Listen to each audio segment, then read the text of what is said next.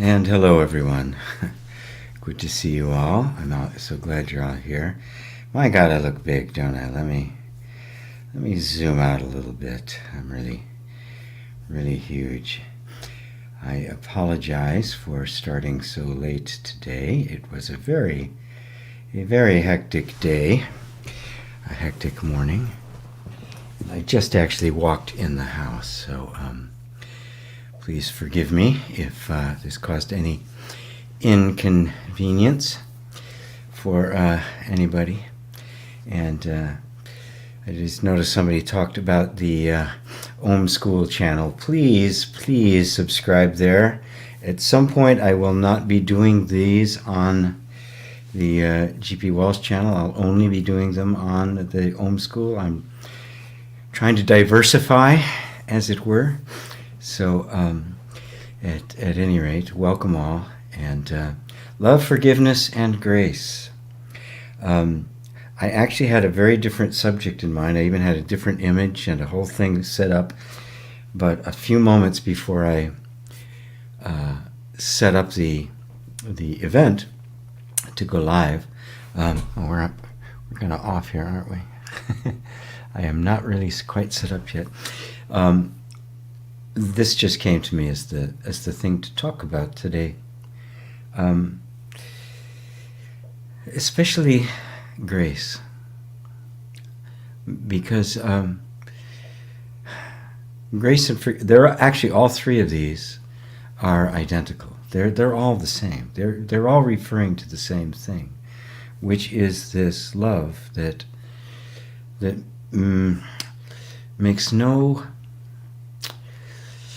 is nothing but love. It has no. It doesn't favor one thing over another. It overlooks everything. It is completely and totally forgiving. It holds no grudges. It remembers no offenses. This is the true nature of love, and grace is simply when we accept that for ourselves. There is no super being, no power, no force, no entity out there that is holding things over your head, that's keeping score, that's keeping track of all your offenses, and that has got some kind of set of requirements that you have to meet in order to be redeemed, in order to be forgiven, or found, be pardoned of all of these offenses. Nor is there something out there that requires some pure being to make the ultimate sacrifice to satisfy its bloodlust. No such thing exists. The only thing that keeps us from recognizing the depth of the freedom and the joy and the true nature of grace is ourselves. Somehow we have this idea that somehow we need to redeem ourselves. We need to make amends. We need that we're not worthy of our own self-acceptance and our own self-love. And this is probably the most difficult thing for anybody to do. The most difficult thing for us human beings is to forgive ourselves, is to recognize the inherent nature, the nature of human existence is forever engaged in this world of opposites, this world of up and down and right and wrong and good and evil, and trying to walk a road that is a balance between the two, that finds the middle way, that finds a way to be loving under circumstances where it seems quite appropriate for us to be hateful, to hold a grudge, to be vengeful. How do we do that? This is the human struggle. How do we find forgiveness for ourselves and others? Well, the answer is in grace, is in the discovery of the essence of who you really are. There's one self in the universe. There's one being, one beingness, of which everything is a manifestation. There are not a bunch of separate beings. Our concept of existence is that that somehow this indivisible beingness has been divided into beings. That beingness is a being, right, that has definition and parameters and boundaries. And so it makes other beings, other little beings that all operate independently of one another. And none of that's actually a fact. But here's the deal.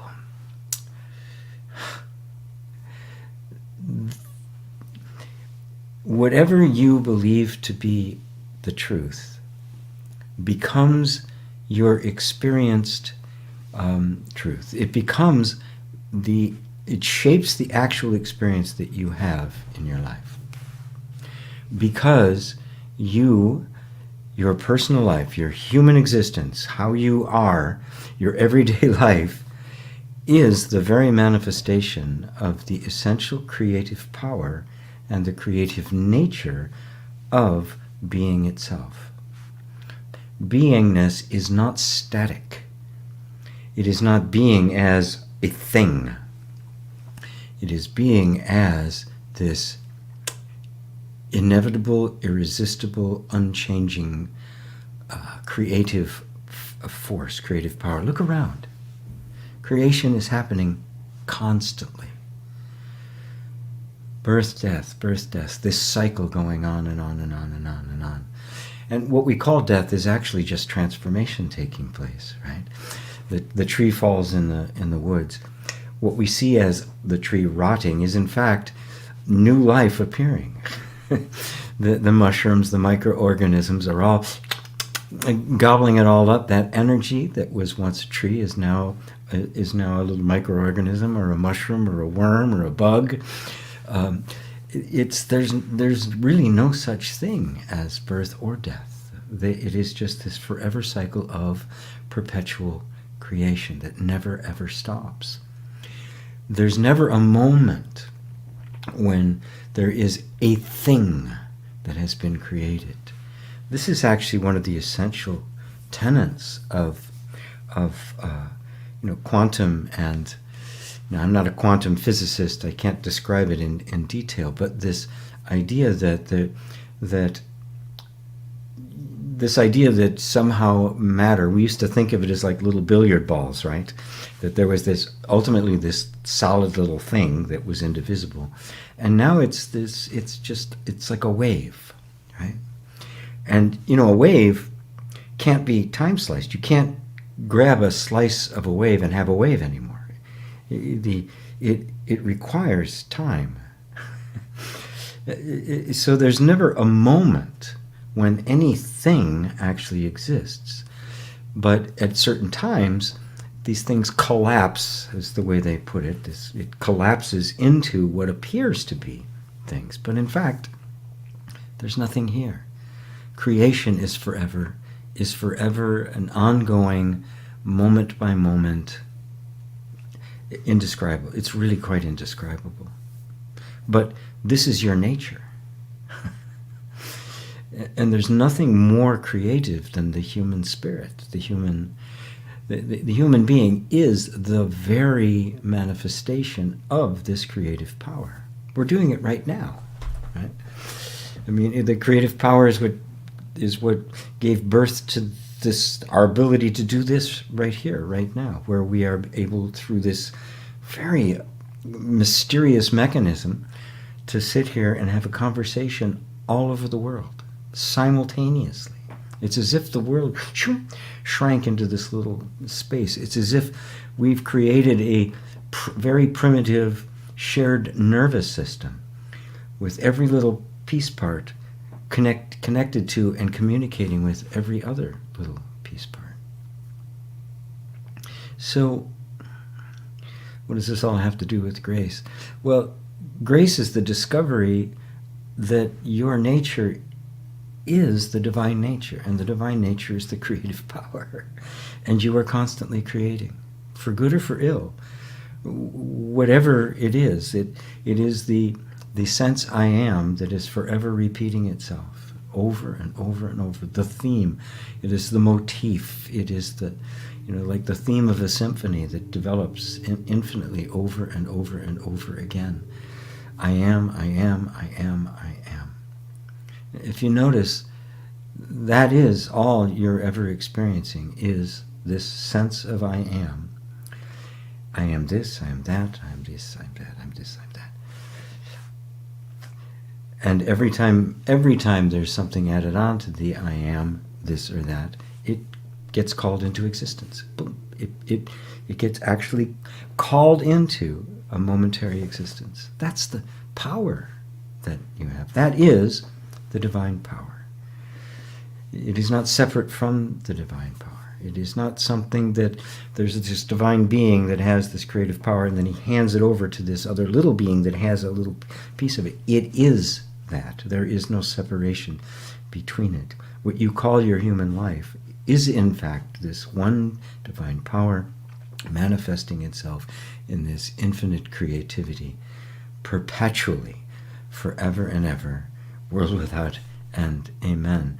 The realization of this is self-realization, the realization of the true self.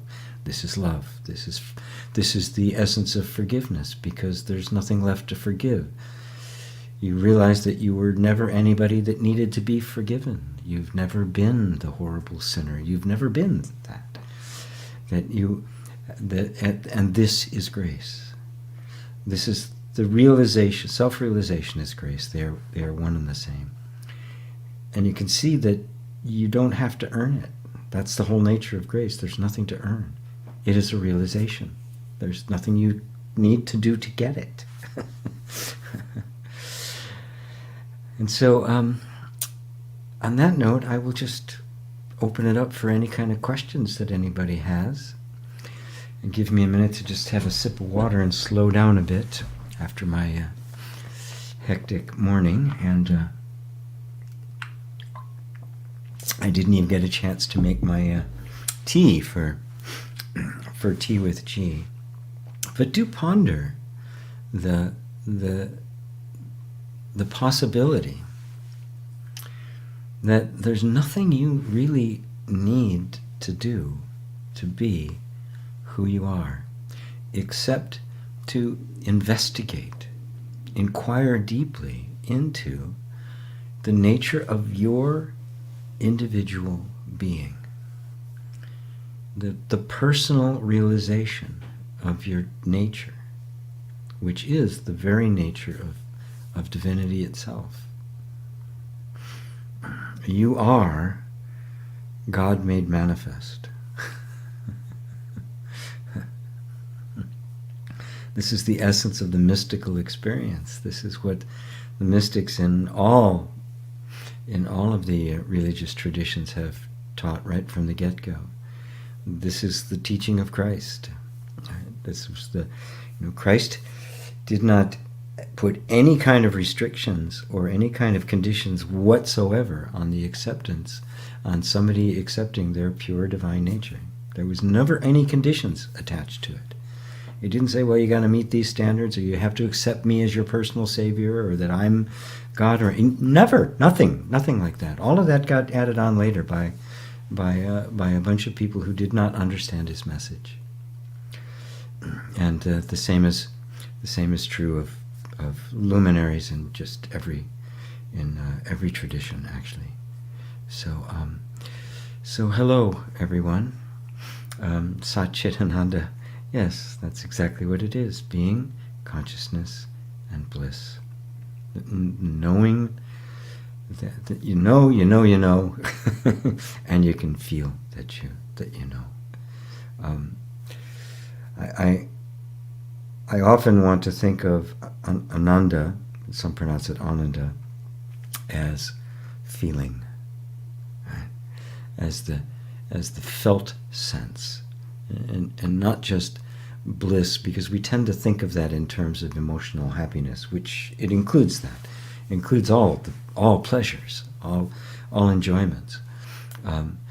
But it's more deeply than that. It's a felt sense that goes beyond, that's obviously part of, that is, it goes hand in hand with consciousness. You can't separate the two, but we tend to think of consciousness merely in terms of our head, right? In terms of awareness, and we tend to kind of make this schism between the sense of awareness, that being aware of being aware, and the felt sense of it, which you could say mind and heart, which are not two. They are actually one. Sat, Chit, Ananda. I am, I know that I am, and I feel that I am. At least that's the way I see it. So hello all.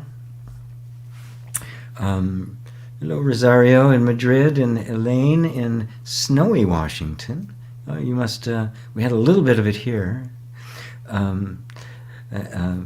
I'm in the Seattle area, just a little bit. It was very fun to sit here and look at it out the window.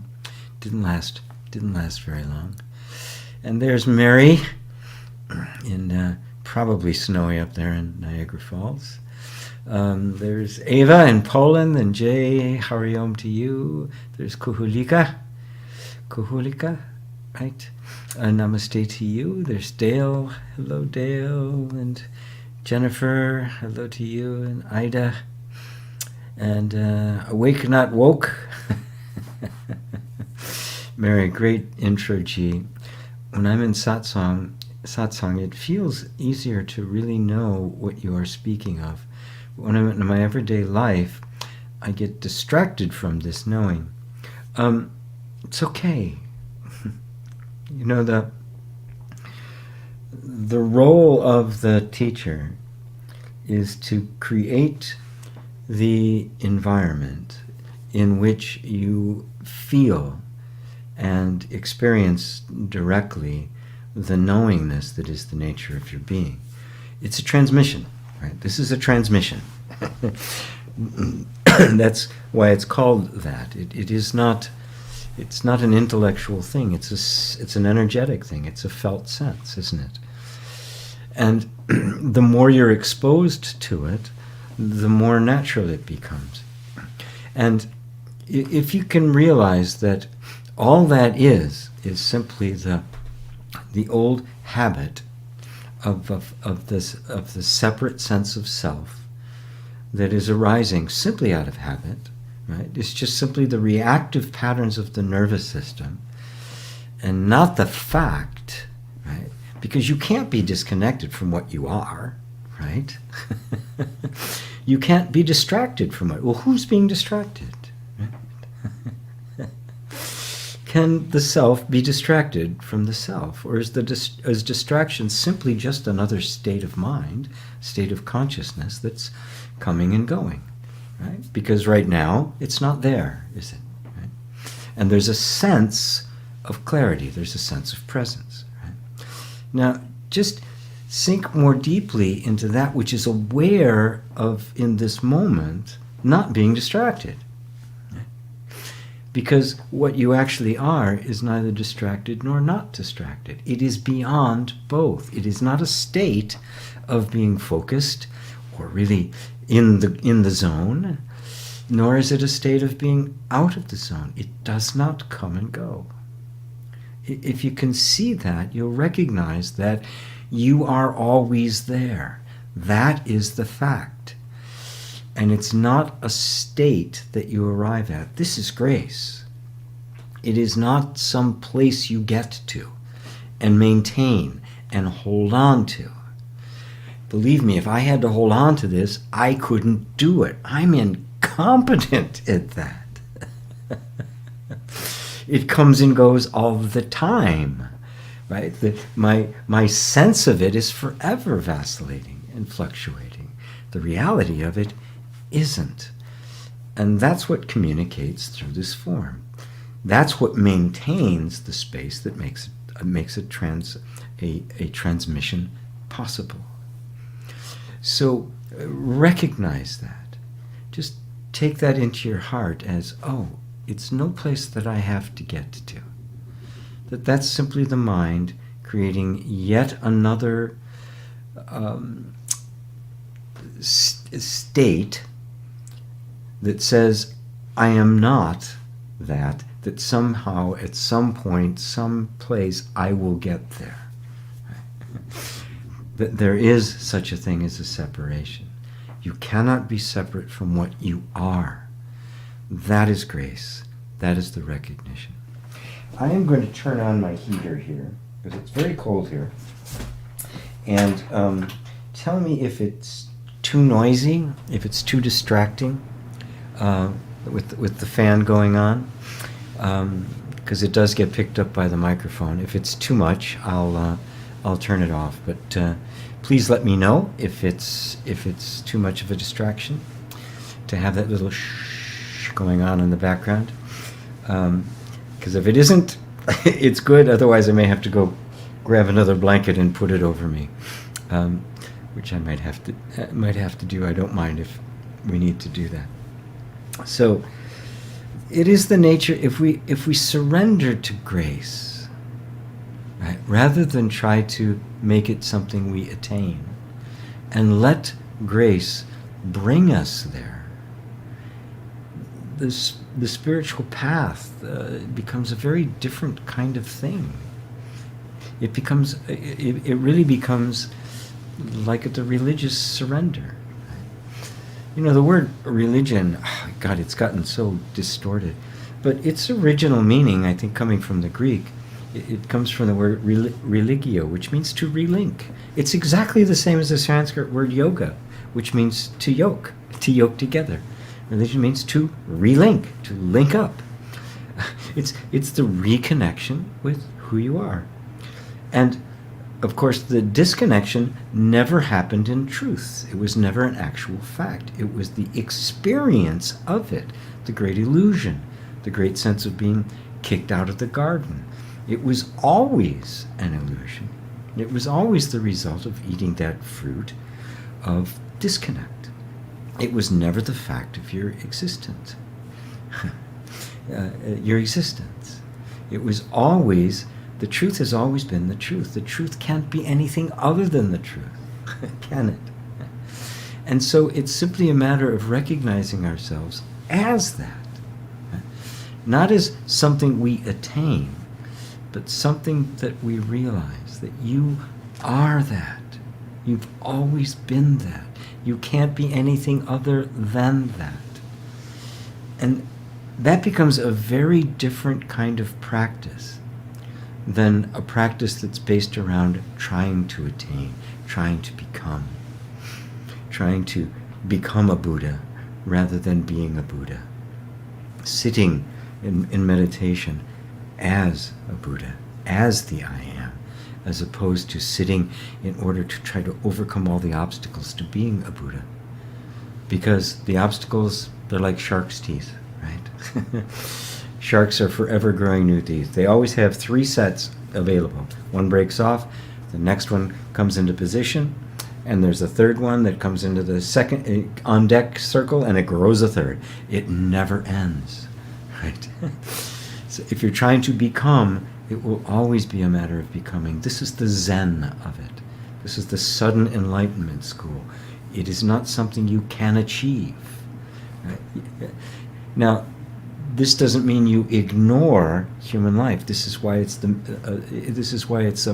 middle way. This is why it's a dance between living a moral, ethical, compassionate, gentle human life, but never losing sight of the fact that the human life you're living is the manifestation of the reality of your being.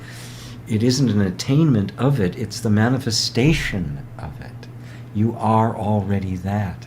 So everything you do is the Buddha doing it. Every act of love is God in action. Oh, just to keep coming back to that, because the mind, that is our normal way of thinking, is There is a separation, and I'm trying to reconnect. And it's mistaken. The separation never happened. If it never happened, it's impossible to try to reconnect, isn't it? It will be forever inventing disconnects to try to reconnect.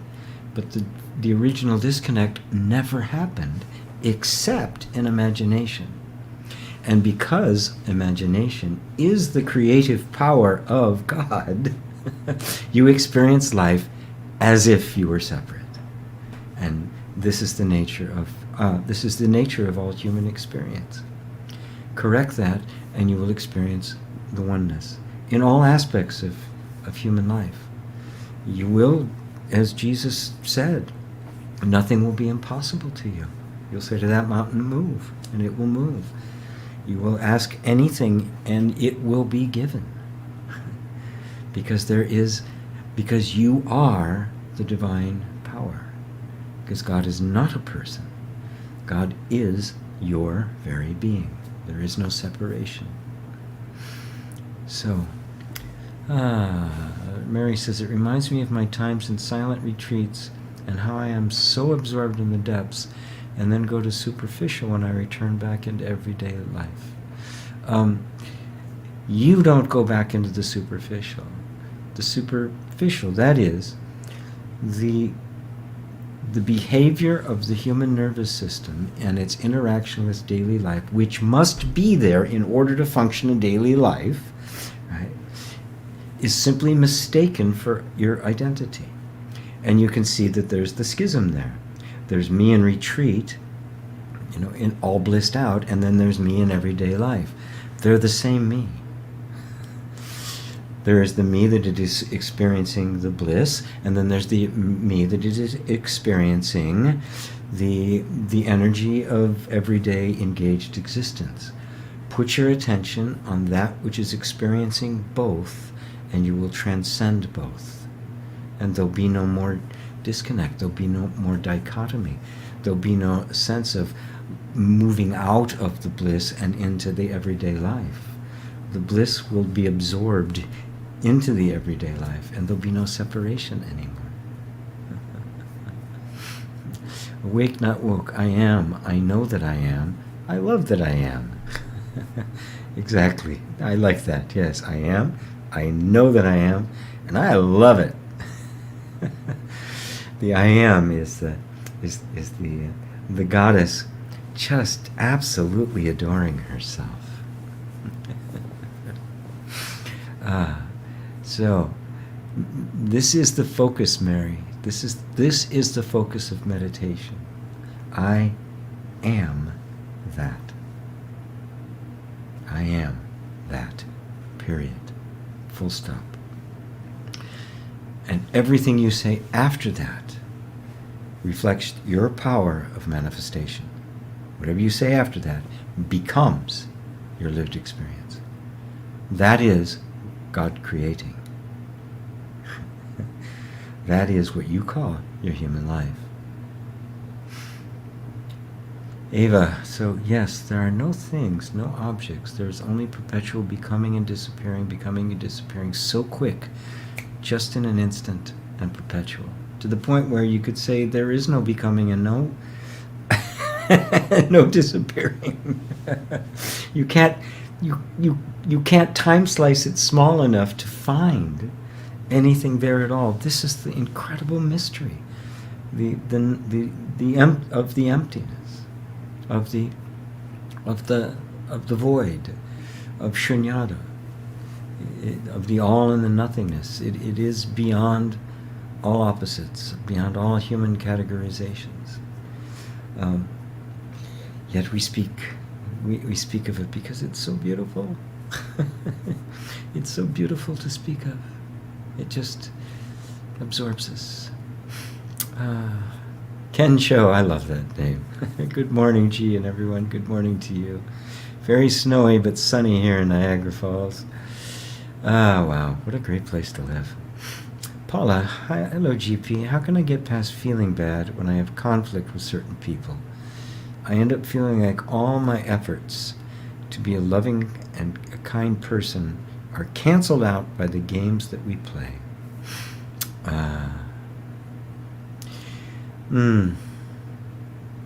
Well, first thing I would do is forgive yourself. Repeat after me. I am a fuck up. There it is. There it is. Okay. Don't have to hide it anymore. Don't have to pretend. It's out there for everyone to see. I don't have to put on airs at all anymore. I don't have to try to be anything I'm not.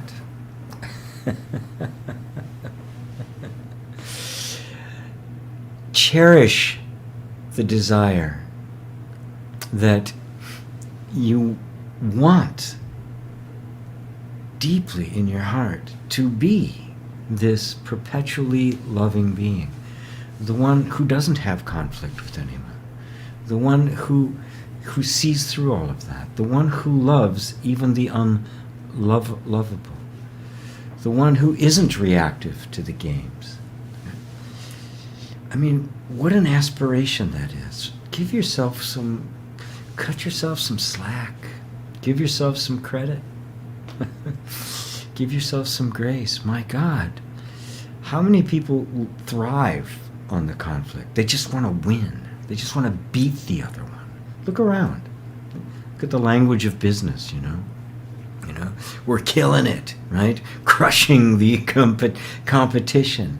It's the language of war and this idea that somehow human beings are inherently competitive and want to crush the competition. And yet, here you are, with this deep desire to step into a completely different way of being with others, without conflict, without one-upmanship, without trying to crush it, right? But to cooperate instead, to be community instead of competing teams, right? What an aspiration. So first, give yourself a little pat on the back for that. And recognize that we're all kind of bozos on this bus. We're all attempting to get there. We're attempting to perfect that. And that this is the nature of human existence. On one hand, we can see deep in our hearts the potential of pure love. And on the other hand, we're just completely incompetent at doing it. Every time I get pissed off at yet another answering system that just kind of puts me around a 10-acre field and I never actually get to talk to a human being, and I find my blood beginning to boil. I'm reminded that, yep, this is the game we're engaged in. This is, did Buddha get pissed off? Probably. There are stories of Ramana getting very irritated with people around him. Nisargadatta didn't have any problem expressing his discontent with folks, and other people who have been regarded as completely enlightened beings just being genuinely pissed off. Is that we're not supposed to be that? And if somehow we manage to be this saintly character, that means we're enlightened? I don't think so. I think that enlightenment is the embrace of our humanity, and all of its aspirations and in all of its failings, and being aware of the games that we're playing, and that sometimes, weirdly enough, we have to. Now, what about that? Sometimes you're engaged with people and you have to play the game. You look and you try to find some way to elevate it to another level, and you can't. And what do? Wow, what do? You have to play the game, and take the humility of that into your heart. Say, wow, I couldn't find any other way to do it. Does that mean I'm not a Buddha, or does that mean I am? Is this the real nature of it? Is this the real middle way? I don't know. All I can do is go by what I'm actually experiencing in this moment. And in this moment, I took the best option that was available to me, the one that created the least amount of conflict, the one that created the most amount of love, the one that was most in integrity with my true nature and the true nature of others, the one that was the most gentle and loving, the one that brought about the highest good that was possible in that moment. And at that point, all I can do is let it go, because that's it. That's all I can do. This is... Don't hold yourself to some ideal state, some romanticized version of what this is supposed to be like. And suddenly you find your efforts to be loving and kind also guided by a deep wisdom that knows exactly how far you can go and at what point you have to simply just draw a line and be completely okay with that. This is Buddha nature. This is what we all have to do. And then you don't beat yourself up anymore, right? And yet that deep desire that maybe next time it can be even more loving. Maybe next time I can bring about even less conflict. Maybe next time I can part the waters, right? I can feed a multitude with a couple of fish and a few loaves of focaccia bread. Some grilled salmon and focaccia bread. Let's just not have let's just have any bread. Let's have some good bread, right? Some sourdough with clam chowder. Does that help, Paula? Does that help? Really, forgive yourself, love yourself, let yourself become that love and forgiveness, so that you end the conflict with yourself. Let yourself be human. And in that humanity, you will find your divinity, because that's where it lives. The divine is not outside of the human. It is right in the very center of it.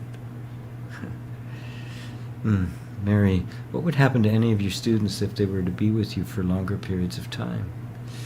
I don't know. Let's find out.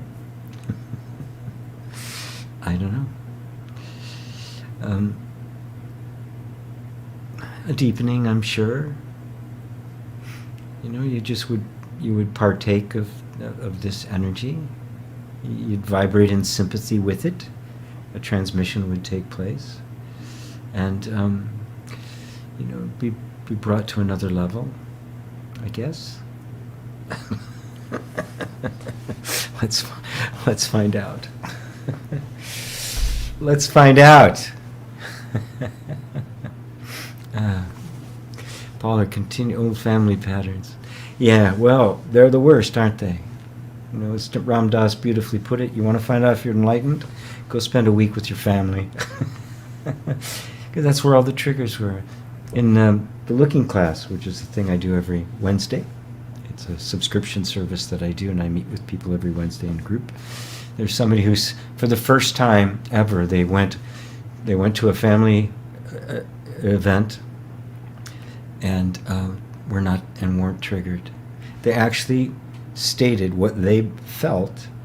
They weren't just hiding themselves. They were very clear about that's not really true. That's not what happened. They were very clear about their position with people who were kind of glossing over them. And this was a severely abused person, a severely traumatized person that I'd been working with for a while, and she wasn't triggered.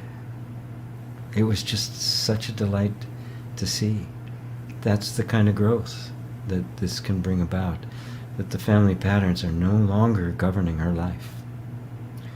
And this is just a gentle, gradual process, that you're no longer triggerable. And when you're not, what happens is a love that emerges, right? The blame goes, forgiveness happens. Because you're no longer triggerable, there's there's no antagonism left. There's no hatred. There's no blame left. It's just beautiful. It's just beautiful. It's fine for me to hear your heater. It sounds like white noise. Okay, good. No problem with my warming machine. Good. Because it's been cold here in Seattle. Reminding me of growing up in Chicago, but I was used to it back then. Peter, good to see you, Peter, my very, very old friend. Peter and I have known each other for over 50 years. Wow, what is the central nervous system? The mind, in fact, is just another thought. The central nervous system, habits. My sense is all is awareness, or there can be no infinite. Yes. Oh boy, okay. Jeez, Peter. Why don't you ask an easy question? Jesus.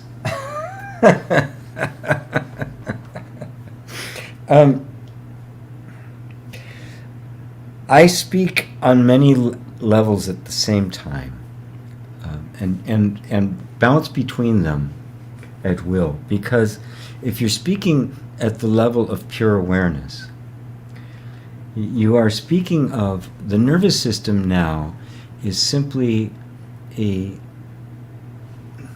idea appearing in consciousness. It is a manifestation of consciousness. It's an activity of consciousness and not an entity in and of itself.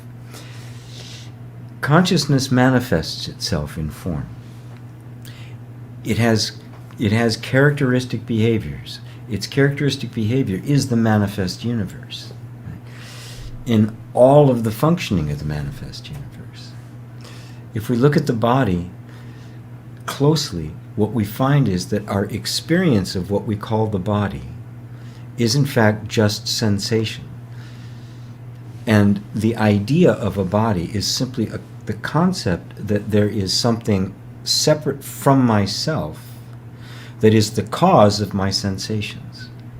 Yet, when I look directly to my own experience, all I find are the sensations and no body. This is one of the first things that happens in deep Buddhist meditation, is the body falls away. There is no body. There is only the experience of sensation.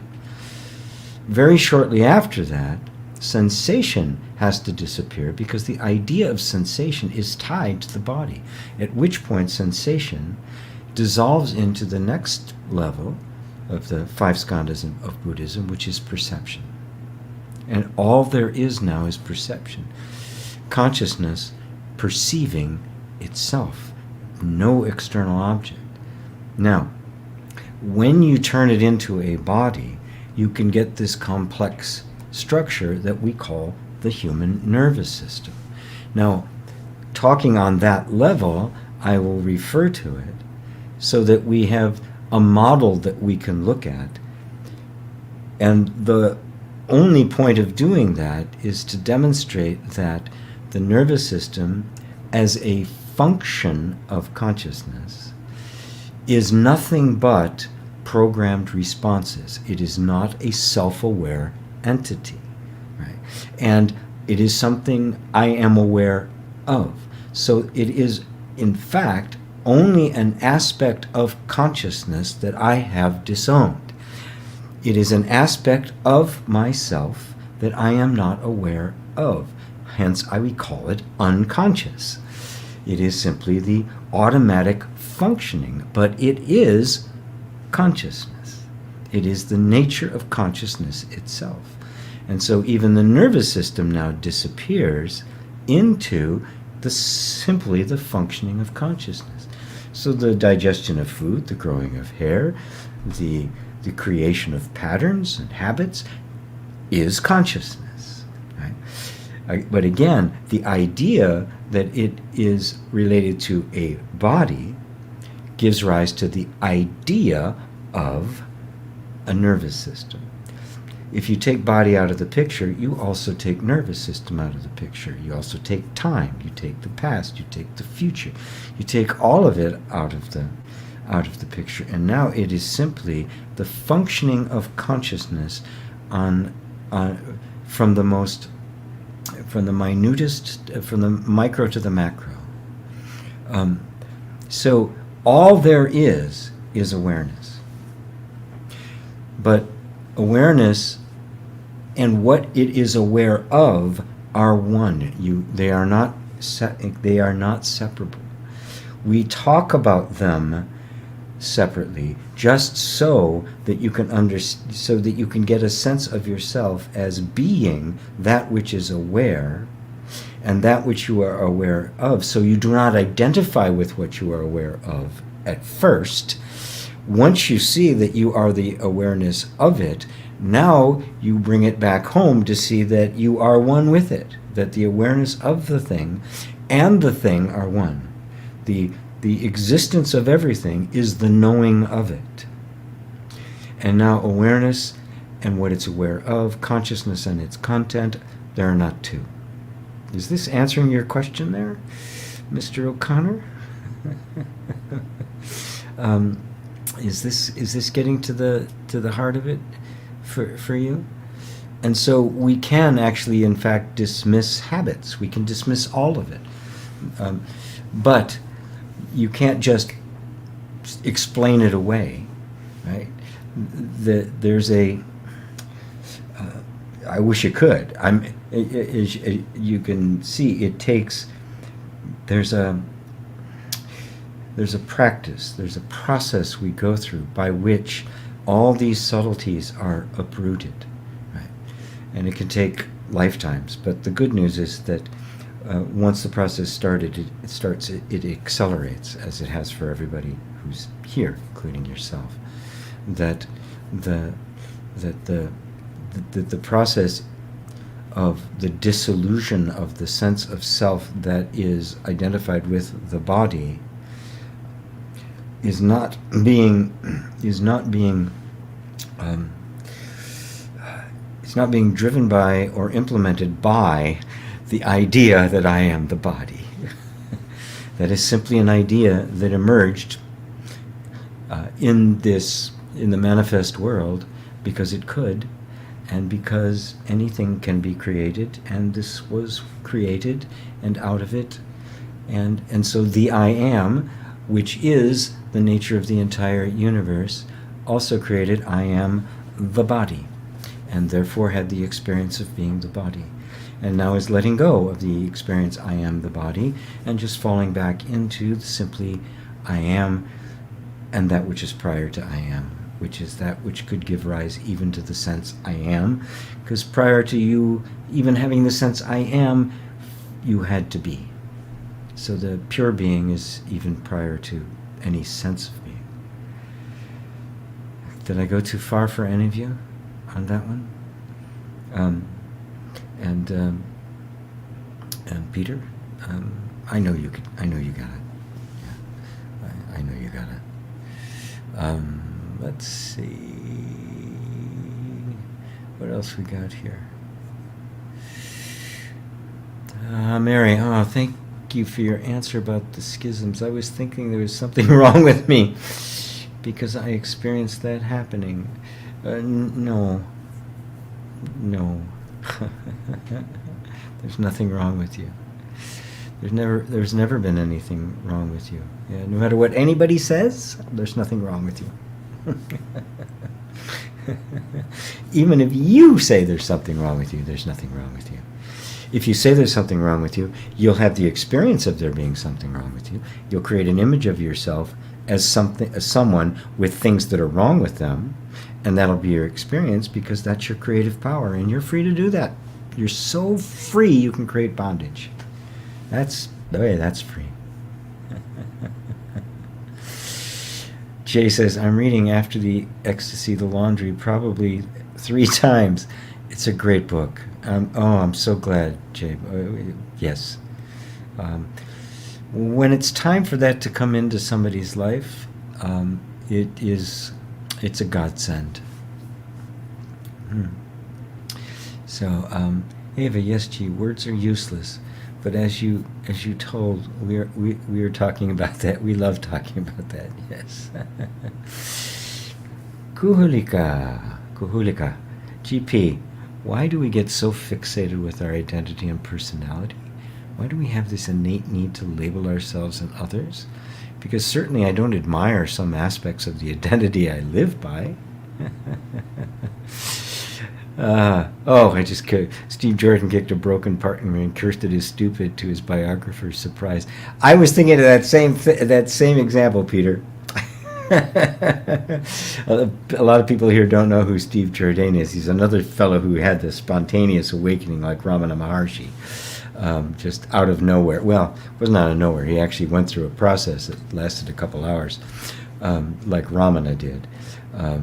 But yeah, chain smoked, drank wine, yeah, would lose his temper, and he was a fully enlightened being. So don't be surprised, folks. Why do we get so fixated with our identity and personality? Well, first off, just first say, okay, I get fixated with my personality. You know, the first of the Four Noble Truths of suffering is there is suffering. Okay, so we start out, okay, I get fixated with my identity. I get fixated. I label myself. And I hate certain aspects of myself, right? And I live by this, and I don't like it. Right? Okay, let's just start right there and say, that's what it is. This is human life. This is human existence. This is the hand I was dealt, and I'm going to play it. There we go. So, how does that feel to just start with that and go, oh, this is just where we're starting, right? It's not really a problem. It's not something I have to fix. This is just the condition that I'm looking at. And something inside of me knows that there's a higher state I can get to. But that higher state can't be gotten at by simply being angry or irritated or annoyed with this human condition as it is.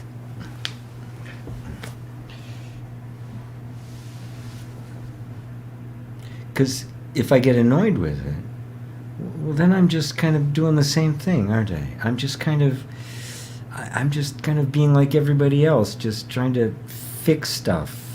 But this is just human life. Everybody experiences it. Right? Everybody suffers. Everybody experiences this shit. You know, Buddha got sick. He got colds, right? You know, according to, there's several versions of his death. One was food poisoning, right, from eating bad pork. Right? No, he was not a vegetarian. In that version. Another one, he died of dysentery, which is a really horrible thing to die of, right? He got sick, he got colds, he got the flu. I mean, it's like, we're not exempt. This is part of human life, right? We're going to label ourselves. We're going to feel annoyed. We're going to feel less than. And we go, oh, okay. So first off, this is perfectly natural. This is what's happening. So now we can begin, instead of this ailment or this flaw that I have to get rid of, I can see this as just part of human nature. And now I can look at it.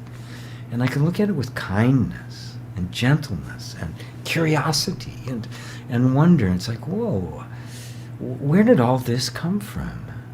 What is it that makes all this? This incredible, vast contradiction, this incredible, weird play of opposites between the most incredible love and altruism and giving and self-sacrifice and the most incredible selfishness and greed and mercilessness. It's like, where do I go with this? Well, now here's where your character is developed, isn't it? Because you're looking at this going, well, what do I do with this? And at this point, you're not just, I have to be on the good side, I have to be really loving and kind, or I can never be this, or I'm going to be greedy and we're just going to take what I can get. There's a conscious choosing going on. There's a conscious discernment going on, saying, well, how do I want to be here? And yeah, I have a selfish streak in me. Look at that, right? I want to take this for myself. I don't want to take care of everybody, right? I don't want to be forced into being the good person, the good girl all the time, right? I kind of want to be nasty. Oh wow, look, I've got this whole range of things within me. What do I do with all of this? How do I embrace all of human life? And then you see, oh, this is why we have this innate need to label things. This is just the way human life works. If I don't label something, I can't deal with it, right? If I don't know that this is a microphone, I can't speak into it. So I label it. It's a microphone. So there's a function that it serves. And this is a microphone. I got another one over there, and I've got a mixing board, and I've got another one that I'm not using. These two are here I'm not using. So, but when I start labeling myself, I go, well, these labels really true. Is that what I am? Now you've taken the whole discussion to a different level.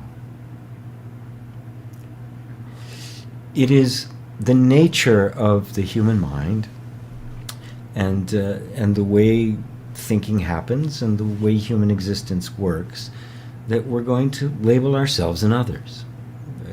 Thinking cannot happen without that, right? We have to label things and categorize things and, have to do it, all right? But I can ask, is my labeling of it the truth of it? Is that all there is to it? And we can notice that the moment I label something, I kind of put it into a box. And I don't really look any deeper into it. The moment I label something, I kind of it's almost as if I set it off the side and I don't experience it anymore, right? Take any feeling that you have, right? Take a good feeling or a bad feeling, right? Take loneliness. Everybody feels loneliness, right? The moment I call it loneliness, right? I say, oh, it's loneliness. I stop feeling it. Oh, here's the feeling. Oh, it's loneliness. And I just it's categorized. But if I say, okay, well, what does that actually feel like? Let's take the label off. And what does that actually feel like? And all of a sudden now, it comes alive. It's not just this categorization.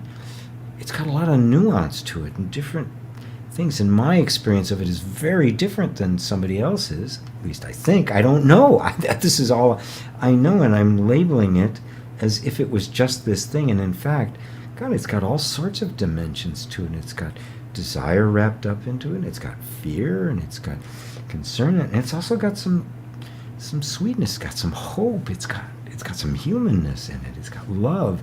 My God, it's got all sorts of stuff in there that isn't obvious when I just put a label on it. Right? And so when I label myself, I'm doing the same thing. When I say, I am like this, suddenly I constrict myself to that. I become that. And I say, well, yeah, I'm that, but what if I take that label off for a second? Is there more to me than just that? Well, yeah, there is. And now suddenly I don't have to throw the labels out, because we don't have labels, we don't have conversation, we don't have words. You and I can't talk, right? We have to do this. But at the same time, I can use those words to say, well, take the labels off. And look at what you're actually experiencing, that we need labels to communicate, but we don't need them to have the experience. Children have the experience without any labels whatsoever. When they get the labels, experience starts becoming contracted. And so if you notice now that labeling and constricting and putting things in neat little boxes, saying this is this and this is that, is a habit that we get into, we can say, oh, it's just a habit, and I don't have to do it. I certainly don't have to do it to myself. I don't have to do it to others. And there are times when I do have to do it. Right? If I'm talking to a group of people, I have to speak using the labels and definitions that they're familiar with. And if I'm speaking like this, I use those labels to try to break the labels and move to different definitions and an expanded way of understanding. That's the teacher's job, right? To kind of break the rules enough. Start with what is already understood, break it a little bit to move to a different level of understanding. And we do this as teachers to ourselves. And you go, oh, I don't admire some of the identity that I live by. Good. So change it. So, oh, this is not a characteristic that I actually admire about myself. This is not something I really like. This is not something that's very useful. Now notice something. Something inside you had to wake up and see that. And at first we can feel, oh God, ooh, that's terrible. And oftentimes that first awakening is like, ooh, I don't like, it's like turning the light on in a dirty room. Ooh, I don't like what it is in here. But without that light, you're not going to be able to clean the room. And yeah, at first it's like, oh my God, I did that, didn't I? Ooh. And that, if that really goes into your heart, that's a remorse that brings about reformation, redemption, a genuine repentance that changes ourselves from the inside out, and that's where wisdom gets born. Because without that seeing, we're just acting it out ignorantly, without knowing it. We're living it then. We're living that identity without knowing it. And just know it, be really grateful for the fact that, oh, there are aspects of myself that I am seeing now, which means something in me that is bigger than this has awoken. Is awakened? Awoken. Is woken up. Woken but not woke. And now I can do something about it. And just don't stop with, oh my God, I don't like this. Yeah, that's a starting place. I get good. But now take on the authority and the power to say, I'm letting that, I can be better. I can do different. I can make myself more, and enjoy the process of doing that. Does that help? Kuhulika. I have to remember how to say your name because you corrected me on that. Dante, yeah, the goddess of Egyptian times was pretty angry with humanity. Had to coax her with alcohol. Ah, yes, as Rudyard Kipling said, candy is dandy, but liquor is quicker. Awake, not woke. Being enlightened is being able to love your ordinariness. Amen. Amen, brother or sister. Not sure which, but whichever you are, amen. Yes. Jay, I ask myself time to time, well, what if I'm called something I dislike? What am I going to do? Either I could be disturbed by it or accept for what's happened and move on. Maybe it was necessary for the situation. Plus, being any kind of way can be draining to just picking up a response appropriate to the situation. Yeah, just, you are going to respond to the situation. That's going to happen. Now, you can either judge that, say, oh, I could have done it better, which is valuable, right? But the response is going to happen, and then you're going to go, maybe I could have done that better. And that bit of wisdom then sticks with you, and next time you will. right? Or the habit will be there again. You go, oh, wait, I did it again. But eventually you won't do it again, right? But we can't make up a strategy in advance to try to cover all the stupid things we're going to do, right? Just get it out of the way. I'm going to do stupid things. Just, God, keep me aware enough so that I don't do as many stupid things in a row, please. It's a good prayer.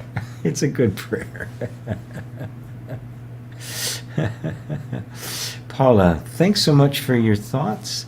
They do help. I'm feeling better for asking the question. Very good, very good, very good. Peter, okay, why is the sky blue? Because it reflects the ocean. Duh. That wasn't so hard, was it?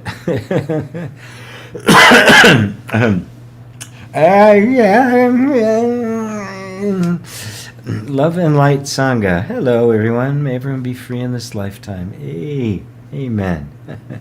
Peter, nailed it. Thank you. You're very welcome, Pete. Mary, excellent, GP. You're very. Thank you very much, Mark Anthony. Thank you. Thank you, Mark. Love and Light Sangha. For long, should I continue doing? How long should I be part of my daily routine? Well, it really depends on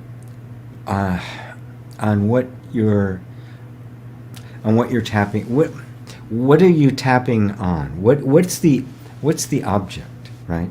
I don't want any technique to become an end in and of itself. All techniques, no matter what they are, be it self-inquiry or meditation or EFT or inner reconciliation, or no matter what it is, EMDR, I don't care what it is, right? Focusing, somatic experiencing.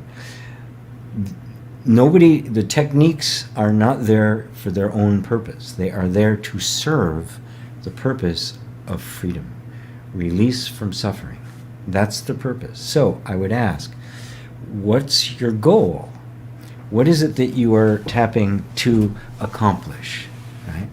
And if you just put a little note there, and if it's too private, you don't have to say it. Just, you can intimate it or something like that. And if it is too private, you don't want to say it. I'll just, whatever that is, keep that in mind, because the ultimate achievement of that goal, of the freedom from whatever's ailing you, right, may require more than just the tapping, right? Tapping is one of the main tools I have in my toolbox that I use when working with people, but it's not the only one.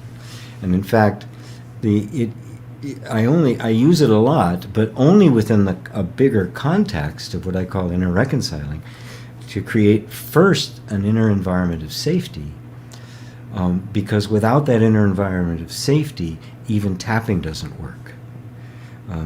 Because if tapping is simply to attempt to get rid of symptoms, the nervous system is still going to be at least somewhat in a defensive posture. This will still have some calming effect, but it won't be able to go the distance, right? So what is it that you're actually after? And ultimately what we're after is a sense of our own worth, our sense of our own value, a sense of being lovable and valuable, right? And if we see that that's what our objective is, that we are freeing ourselves from everything that says we're not that, now tapping has a focus. I'm not trying to make myself valuable. I'm allowing myself to, giving my nervous system permission to come to the conclusion, there's that damn thing again, that I in fact am valuable. And I don't have to hold on to the notion that I'm not any longer. And I'm allowing my nervous system to kind of open up and find that out for itself. I can't force it into that. All I can do is invite it to check out the environment to see if the conclusion it drew out of the circumstances it was in before was, I'm not valuable, coming from childhood trauma. Always. It's pretty much all the time. So I just say it is all the time.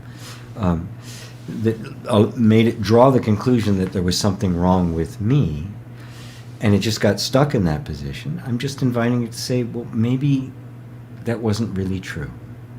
Maybe it was actually, it was just an assumption I made based on the fact that I wasn't being treated as if I was valuable. Right. And so you said for anxiety, right? Good. Right. So the anxiety is coming from the fact that something inside of you says there's something to be afraid of. I'm not enough, right? And I'm going to be exposed as not enough. I've got to hide. I've got to stay away. Life is dangerous. I'm not enough is usually at the root of that. If I was to work with you personally, we could get right to the essence of it. And anybody wants to work with me, I do it once a week. It's only like $97 a month, and once a week I meet with people and we can work like that. Or I do private sessions as well, and they make it very cheap so people can do it. So when you're tapping and saying, okay, anxiety's here for a reason, right?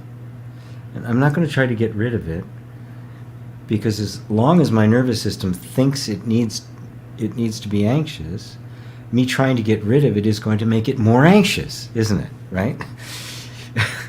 Because getting rid of it when it thinks it needs it puts more pressure on it. It's going to get more defensive. So, okay, I accept the fact that it's here, that it thinks it needs to be anxious. So, okay, maybe it does. I don't know.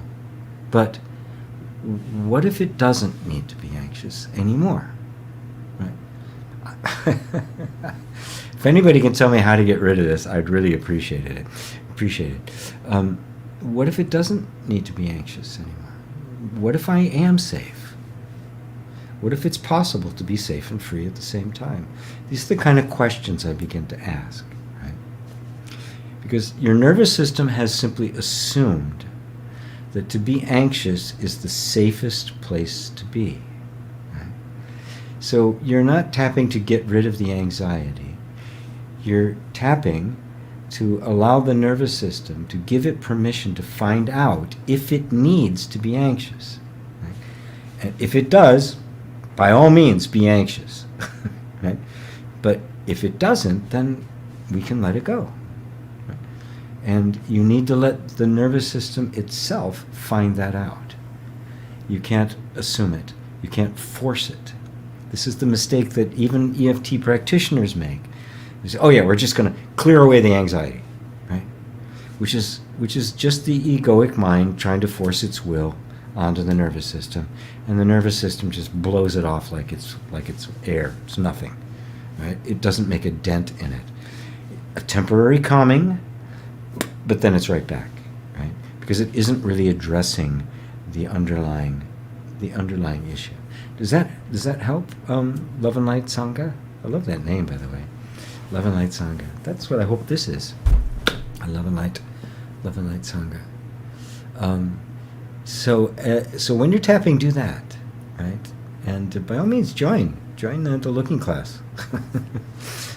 Just go. I don't know where to get it. I think it's homeschool.ca/LC will get you there. I think. If anybody knows the link, please put it there. Jay, yes, hopefully not many times in a row. Mary, I have a question. It may take a few posts, so bear with me. I've been bearing with you so far, Mary. Hey, Roberto. Good to see you. Angel Sunshine. Thank you for your sharings. You're very loving. Thank you. Mary, I've been involved with some teachings about the hyperdimensional occult forces. The teacher explains that these forces are not only in the physical realm, but also the non-physical and that these forces can and do affect us and can keep us from our liberation. I noticed that he is always referring to this issue with them and how to free ourselves from their grip. Do you have any advice as to what he speaks of? Yes, he has a belief in a power outside of love, and he's objectified it into a real thing, and because he believes in it, for him it is real, and he experiences as if it is real, and in fact he is only experiencing a projection of his own belief. It does not have a real objective existence. It isn't real. It is a projected belief, but whatever we believe to be true, we experience as if it is true, and in our ignorance we think it exists separate from my belief in it. This is the creative power. This is you reflecting the creative power of the creator of the universe. And you will create for good or for ill. You'll create ignorantly or you'll create consciously. And he's creating ignorantly. This is the nature of all the occult beliefs. This is the nature of all of it. So don't listen to him. All he's doing is trying to make you believe that there are these occult forces out there that can influence you. And the moment you believe that, you'll begin to see occult forces influencing you. And you'll project onto things which have nothing to do with occult force. Oh, that's an occult force. Oh, that's why that happened. And in fact, it had nothing to do with that, right? Right? Sometimes the cigar is just a cigar. And this happened. Oh, this happened because, and your mind is a prolific creator, right? Control it. Take conscious charge of what it's doing. There is no force outside of your own mind. It does not exist. You alone are the creator. In your ignorance, you have projected your creative power on things outside of you. And thus it seems as if things are happening to you when in fact they're coming from you. Did I say that clear enough? Did I make the point? Stop listening to people like that. They'll do you no good. Even though most are very well intentioned, they're really trying to help you because they really believe there are these things there and they're really trying to protect you from them. They are in fact enforcing the very thing they're trying to save you from. They're creating the very demons they're trying to save you from.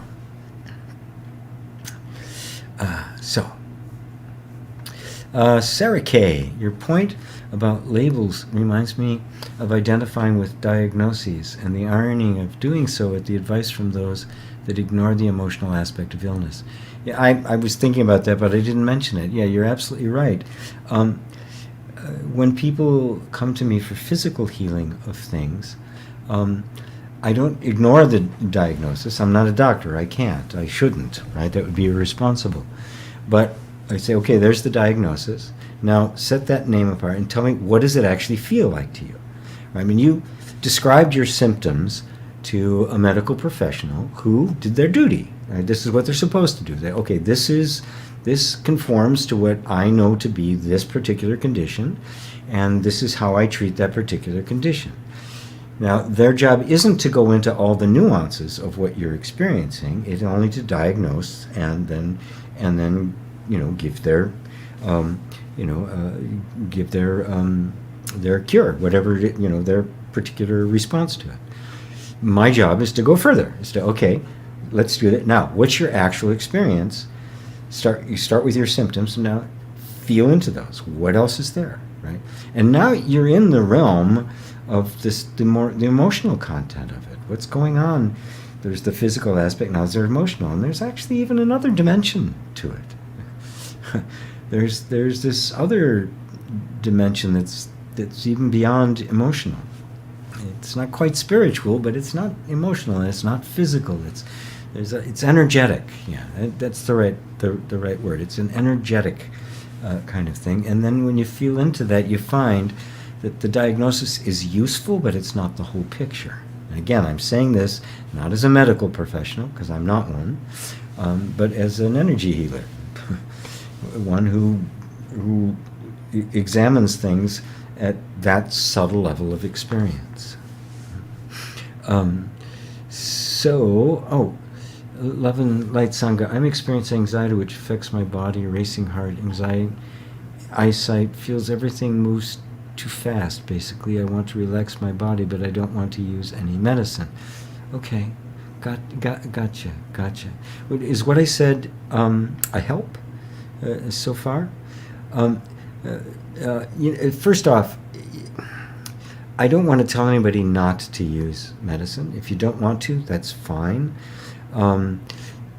There are some natural remedies you might want to try for helping with things. My partner in Om School, Lisa, is an expert on nutrition and that sort of thing that might be able to help with some of these things. I'm not averse to that.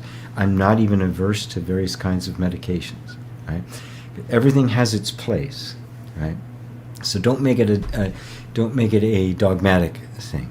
But it's not the ultimate, right? The ultimate has to come to what I'm seeing, looking at it from an energetic point of view, is that there's a traumatic state of feeling very threatened. There's a part of you that's kind of stuck in a traumatized state that is anticipating some very extreme threat happening, even though there's nothing there. Your body is in that, and so I would recommend some somatic experiencing kind of things. You can do something very simple, like put one hand under this under your arm, your right hand under your left arm, and the right hand on your right arm. The right arm on your right arm. Yeah, your left hand on your right arm. And just hold that. It's a very powerful communication to the body, which gives the body a sense of being contained, being held. You can even rub it a little bit. Tapping here actually has that. What's with those little things going on? But I guess it's okay. I guess it sees this little thing down here. Tapping under the arms like this has that effect. But once again, remember what you're doing here is not trying to get rid of anything, but to bring your nervous system into a state of regulation. I've got a whole bunch of little techniques for doing that in the body. I've got a whole course called Easing into Self-Care that I created with Lisa. There are a whole bunch of these little exercises for doing that. Breathing techniques, humming. If you look up somatic experiencing on YouTube, the work of Peter Levine, Bessel van der Kolk, and the such like, you'll find there's a lot of people doing things with very simple exercises for self-regulating, EFT being one of them, that will really help retrain the body out of that highly alert state, and it's a traumatized state. And little by little, the traumatized state, which I believe you're in, again, I've not been with you, so I can't look at it perfectly, is a physiological state, right? That affects the emotion. It's not psychological. It's in the body. So the body is stuck in this kind of state. I've worked with people with extreme childhood traumas, as well as combat veterans in all the wars going back to the Vietnam War. And so I'm familiar with this kind of thing, and so you have to work with it in the body. So in addition to the tapping that you were doing, just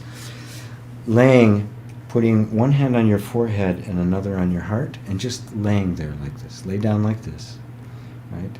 Put one hand on your chest like this, and another on your forehead. This actually makes a connection in the vagus nerve, which is which can be very effective in helping to calm the nervous system. You can do it just through breathing, but putting your hands on your diaphragm. Breathe in through the nose, breathe out through the mouth. You can make the sound voo, voo going out. You can make the sound, or just hum. All of these are self-regulating techniques that you can do that I would encourage you to start adding into your regular day. Send an email to support@omschool.co. We've got a bunch of them. Really, trauma relief is kind of my number one priority these days because it's just up on everybody's radar. So hopefully that helps you, my friend, Love and Light Sangha. Elaine, how do I balance knowing I am that while also feeling like I need to do endless shadow work and constant process buried emotions in order to improve myself and how I show up? This is a really great question, Elaine. I mean, yeah, and it is, and the pendulum is always swinging, isn't it? We have those that say, don't do the work. You don't do any inner work. It's just all I am that I am, and there's nobody here. There's nothing to do. It's all an illusion. I find usually the people who teach that are kind of cold. There's not a lot of humanity there. Just my experience with it, and it doesn't really address the needs of the human heart. Finding that balance is absolutely critical. Here's the best way to do it. Right? Don't assume that there's all sorts of work that you have to do. Oh, I've got to do this. I got to work on this. I got to work on this. I got to work on that. Don't do that. Right? Assume there's nothing to do. Right? And just let this moment bring to you whatever this moment needs. What are you feeling in this moment? Now notice, the only way you can feel anything in this moment is because there's already a sense I am that's present. Right? Now we don't have to do anything special with that. We don't have to, I am that I am this, I am that. We don't have to turn it into some kind of a major deal. Right? Just notice, without the sense of I am, there is no experience at all, right? So now there's a sense I am. Ah, great. There it is. And sometimes you're just going to rest in that sense I am. In fact, I'm actually doing a meditation called The Space Between, which just takes the words I am and just notice the space in between those two words. Even as I say it, I am. And notice, when I say it slowly like that, the way I talk when I do meditations, that when I pause in between the words, your mind stops for a moment. Because your attention is on me and what I'm saying, there's a gap there where you're listening, and so the mind is quiet. So if I say I am, there's a space. And now notice the space. And in that space is simply pure I amness. That's it. That's all there is to it. Now, what arises? There's a pain. I'm angry. I'm afraid. Now, can you just, fear has arisen. Pain has arisen. Loneliness has arisen. Can we just look at those as, this is just part of human life. These things arise. As Buddha put it, there is suffering. Okay. Shit happens. This has arisen. I want to I want to meet human experience from a place of love. And at that point, I'm not trying to fix anything. I'm not trying to do shadow work. I'm not doing the work. I'm letting the work happen as needed in the moment. So something pops up. There's a feeling there. Well, let me just be with that feeling for a moment, loving that feeling. Right? This is just part of my human nature. And then that feeling starts to reveal itself. Oh, that feeling, that's a familiar feeling. Now notice, I'm not trying to process it. I'm letting it reveal itself to me. This is what I call inner reconciling. Right? I'm not doing anything except remaining present with what's actually here. Right?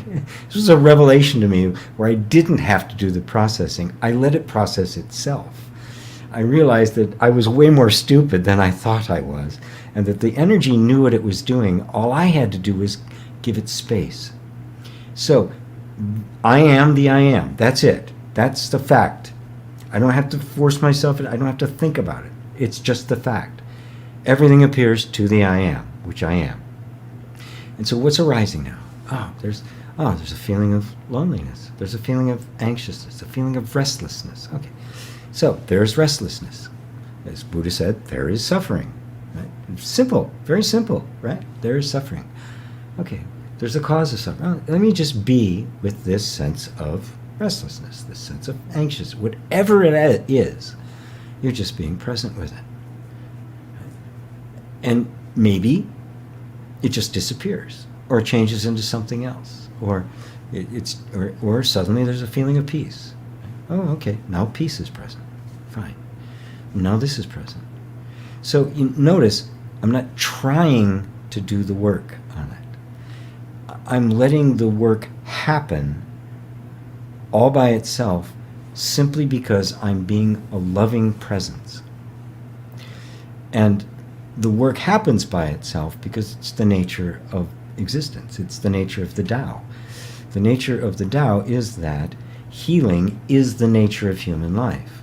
If we provide the space, human life will heal itself. It will seek the harmonious path.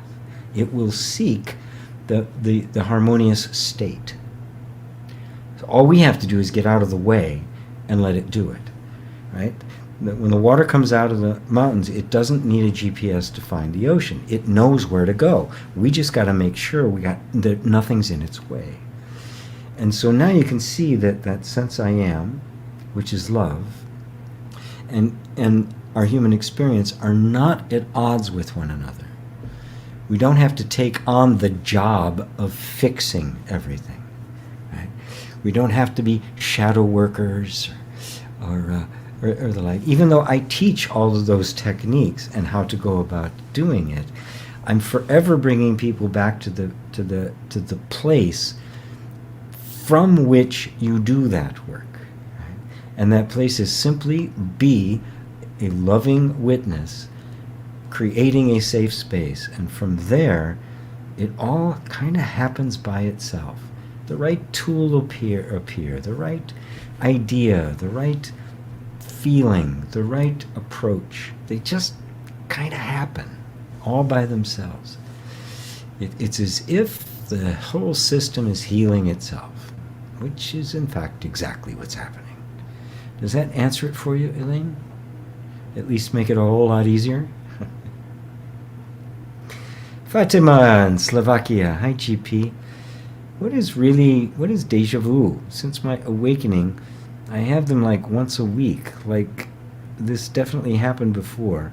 Am I going beyond linear perspective of life? Probably, yeah. First off, don't make a big deal out of it. It only seems like a big deal because we are so used to our linear sense of things.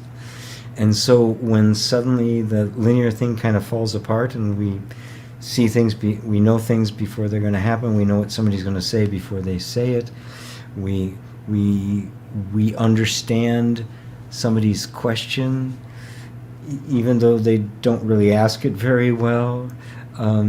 we know the answer before they ask, before you've asked, I will answer, kind of thing. Just get used to it. It's the way it is. This is the way it is, living from the timeless place. And so we have the names for it, like it's sixth sense and psychic sense, or deja vu, or precognition. These are all names from the perspective of as if the time-based sense is the norm. It's not. It's a very limited sense. When you're out of that, everything is kind of, so just kind of get used to being in a different state. You're in a timeless state, and that timeless state is kind of whittling away at the old way of doing things. So you can use deja vu when you're talking to somebody who's still in that state, but for you it has no more meaning, right? So don't make a big deal out of it, and just know, oh yep, there it is again. So enjoy being awake. Remember, awake is the timeless state. There's no past and there is no future. So things just kind of happen spontaneously. Everything is now, right? Because where else is there? Anybody here able to get out of the now? Go ahead, try. I'll wait. Kensho, hey G, I've been slowly accepting that there is no destination, no states to achieve, but rather fleeting moments of happiness and enlightenment, and maintaining these states as much as possible. Is there a proper way of looking at this? You're doing it the proper way. Right? And just noticing that, right, well, there really is no destination. There's only right here. There's nothing, there really is nothing to achieve, that all of those are just thoughts. And yet, simultaneously, our experience is there are various things unfolding, things are achieved, things do evolve and transform, and this goal happens, and then this goal happens, that there's no distinction between the absolute and the relative.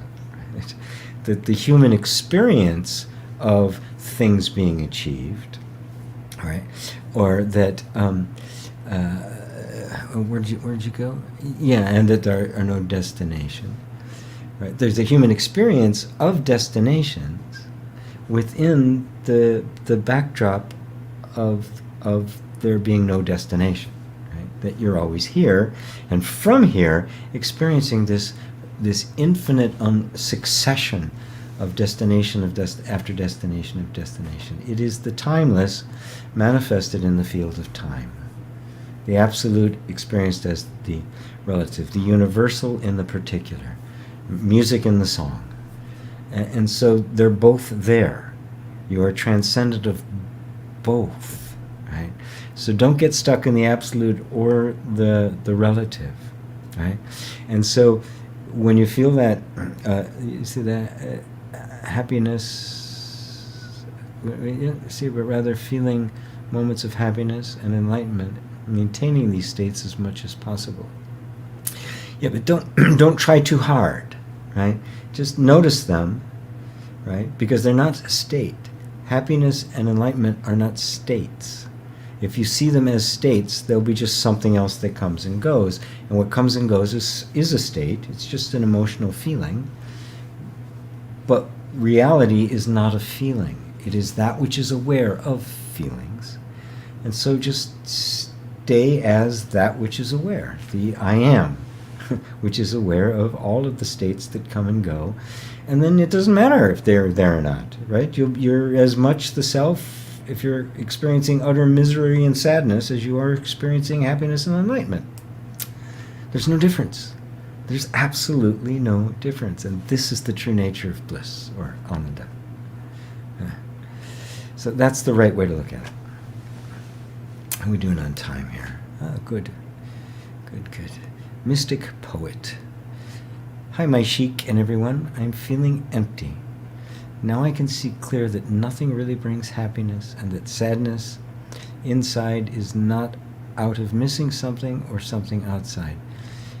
I can manifest while surrendering to what is. I pray for things, then I feel guilty. I want wealth and job that express me, an intimate relationship and deep friendship. I love you. And they're not incompatible because you are the creator. Be the creator and create a beautiful life. There's no contradiction in that. Right? It's when we think that the creation brings us the happiness that we make the mistake. We think that happiness is in conditions rather than the happiness in us manifested as the conditions. So manifest abundance, because abundance is your nature. Get in touch with the real substance of abundance, and then experience it, manifest it as a reality, as an experienced phenomena. Right? This is the nature. You are the creator. You reflect the creator God as the creative principle. The individual is the creative principle made manifest. So the desire for an intimate relationship is God's desire for intimate relationship. To manifest the infinite love. And how do you manifest infinite love? It can't be manifested in no relationship. It's manifested as relationship. Right? Love cannot, music cannot be known without a song. And that requires a voice and sound and time and all of that to be manifested. Otherwise, music is a non-entity. It's nothing. It's meaningless. Love is meaningless without relationship, without the expression of love. The infinite substance is meaningless without abundance. Right? We just have to see them in their substance, and then set about to identify with that substance and to bring it about in every aspect of your life. Let your life be the very evidence of the reality of God, or Allah in your case. So when you pray for the things, the guilt that shows up is simply the idea that somehow you are not that manifesting principle, and that somehow you should be going without, right? That you are a separate self, and you have no right to anything, right? And it's greedy to want anything else, that you should be living in this state of utter deprivation, and that is the right, moral, righteous way to live. That is nonsense. Right? That is utter nonsense. Now just say, oh, that's just that old sense of guilt arising, and that sense of guilt is being witnessed by the guiltless state. The state of lack is being witnessed by the abundant state. Because lack is an absence. Abundance doesn't require lack in order to define it. Lack requires abundance in order to define it, doesn't it? Lack has to be lack of something. Abundance doesn't require lack to define itself. It is presence. Presence doesn't require absence. Absence requires presence. Because if it really didn't exist, we couldn't talk about it at all. So lack implies abundance. Absence implies presence. So we just, you pick up a stick, it's got two sides. Put your attention on the side of presence. And recognize that lack is simply always pointing back towards its substantive opposite. That it is the imaginary absence of that which actually is. Does that help? everybody, I imagine.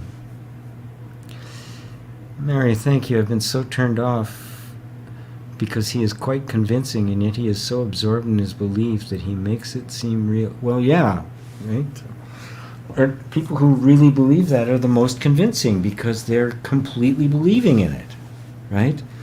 The crazy person believes is very convincing. Is very convincing, right?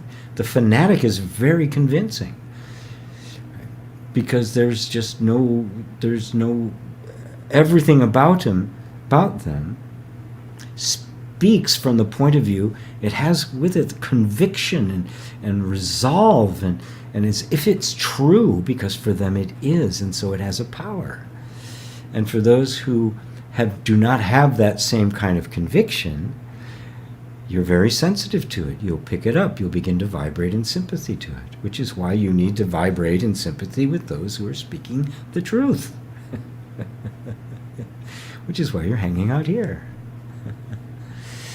Jay, I guess there's a green video icon. I can click on that, and in the drop-down menu, there's the option of reaction way at the bottom. You can disable it, and hopefully that'll fix it. Oh. Okay. I don't know where that is, but I'll look for it. Thank you. Let's see, Mystic Poet. Oh, I already got that one. Tensions are good. Yep, got it. Yes, Mary, you're not alone. I've followed people who convinced me with good intention. The main reason for my problem is alien interference. Still releasing those beliefs. Can I say something about that? When people say I'm still releasing it, all that means is that they're still coming up. Just because they're coming up doesn't mean you still believe them. Please get this, because that's a way in which we subtly think we're holding on to it. You're not. You don't believe it anymore. It's already gone. But it's still just popping up. And when it pops up, there's a thought that says, oh, I'm still holding on to it. I'm still holding on to it. Don't buy it. You're not. Let that thought go too. And let yourself sink in to the real conviction you have. Right? And that real conviction is you are the infinite being. You are the very evidence of the existence of God.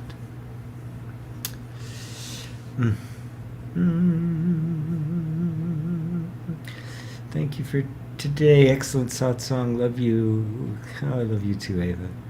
Love and light. Started to feel this way after experiencing a massive earthquake in Turkey, but before that I saw my mom having an accident which made me feel awful.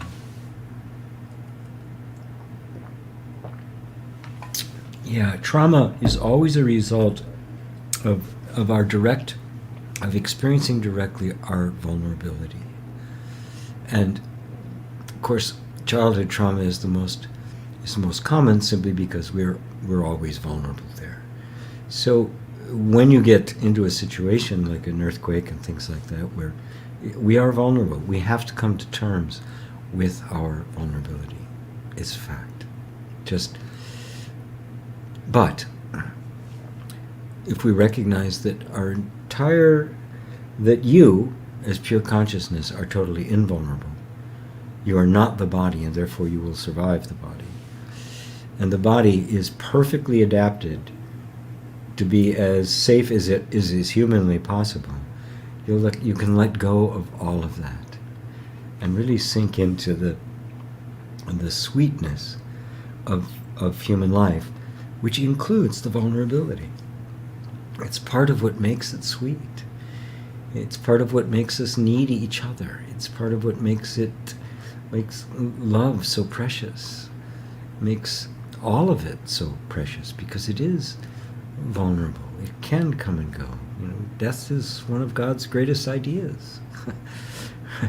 This moment is precious because it is so fragile. So it's nothing to shy away from. Thank you for the clarity, GP. You're very welcome, Elaine. Very welcome. Oh, Jay posted a picture of how to turn it off. Thank you, Jay. This thing's been bugging me. Raven Wild. Beautiful answer to Elaine's excellent question. Being here now and allowing whatever arises to be what it is and loving it. Even if we can't love what's arising, we can love ourselves in compassion. Yep. Yeah. And isn't that the point? Isn't that the point? And isn't that always the challenge? Right? Something comes along that's, oh, this is harder to love than the last thing. Well, right, yeah. You just, you can press 100 pounds. Now the coach puts on 105. Now you press 105. Oh, I got to love that. Oh, now I got to love this too. Yeah, okay. Until there's nothing left but love. That's the point. Kensha, thank you, G. I appreciate you very much. Oh, you're very welcome. Thank you for understanding, Elaine. I see when someone is convinced of their own beliefs, how they can influence us. We choose to believe them. Bless you, Elaine. Beautiful. Very. So I got caught up in fundamental Christianity. Thank you, GP, for clarifying this. You're very welcome. Lovely satsang. I so love Sundays with you. Jay, send a video out, Jay. You take care of me so well. Great. Well, no more questions. Good. Very good. Sorry for starting late, but glad you were all here with me. I love you all so much. It is always good. By the way, I am... Oh, things have gotten away from me, but I am going to redo the Balyani workshop that the second half didn't get recorded, and I know people are relying on the recording, so I will be doing that again. So people can sign up for that. I may actually have it here somewhere on a link. Oops, no, I don't. That's too bad. Okay, it's Balyani. Yeah, go to omschool.ca/Balyani. I just put a link in there for you. He's a Sufi master from the 13th century. Just a beautiful work called "To Know Yourself." To know yourself is to know your Lord. It is about the oneness between us and what we've called God, the Self, Buddha nature, Christ, whatever you want to call it. And I will be doing that again next week at 11 o'clock. And then after that, a couple weeks later, after that, I will be doing one on the Ribhu Gita. So anybody who would like to join in on that, it's $100 each, or $250 get all, because there's already one done. The recordings are there, the one I did from Nisargadatta. And so these are what I love to do, and also how I make my living. So by all means, come and join me for that. And please, Samsung. So thank you all for joining me once again. And please subscribe to the new channel, the Om School channel. I will be moving more and more over there. With all the videos I have, it gets very confusing, so I'm trying to just be a bit more organized. And if anybody wants to help with the organization, I am open to volunteers. So thank you all for being here. Love you all. Namaste.